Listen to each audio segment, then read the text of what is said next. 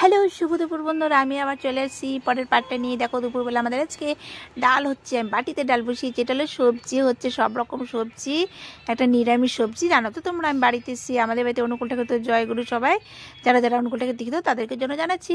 আর দেখো তোমাদের ওভেনটা কীরকম লাগছে প্লিজ কমেন্ট করে অবশ্যই জানাবে, 3টে ওভেন একসাথে।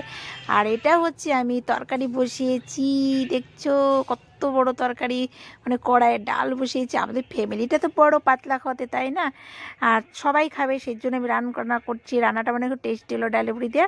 আর এটা কী করছি বলো তো, এটা আমি বড়া বানাচ্ছি। কিসের বলো তো, এটা লাউ পাতা আর মূলো শাক দিয়ে বড়া বানাচ্ছি। একটু ইচ্ছা হলো খেতে, সেই জন্য একটু বড়া বানিয়ে দিচ্ছি। মা বললো বানাও, আমি একটু খাবো। তারপরে আমার বড়াগুলো কমপ্লিট হয়ে গেলে দেখো রান্না বান্নাও প্রায় কমপ্লিট।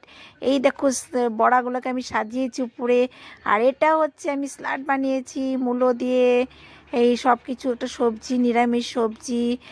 আর হচ্ছে ডাল, লাউ দিয়ে ডাল করেছি, মুসুরির ডাল করেছি, লাউ দিয়ে হালকা ফুলকো করে রান্না করেছি, 2 বাটি রেখে দিলাম। আর আমাদের হচ্ছে ভাত, দেখো 1 হাঁড়ি ভাত।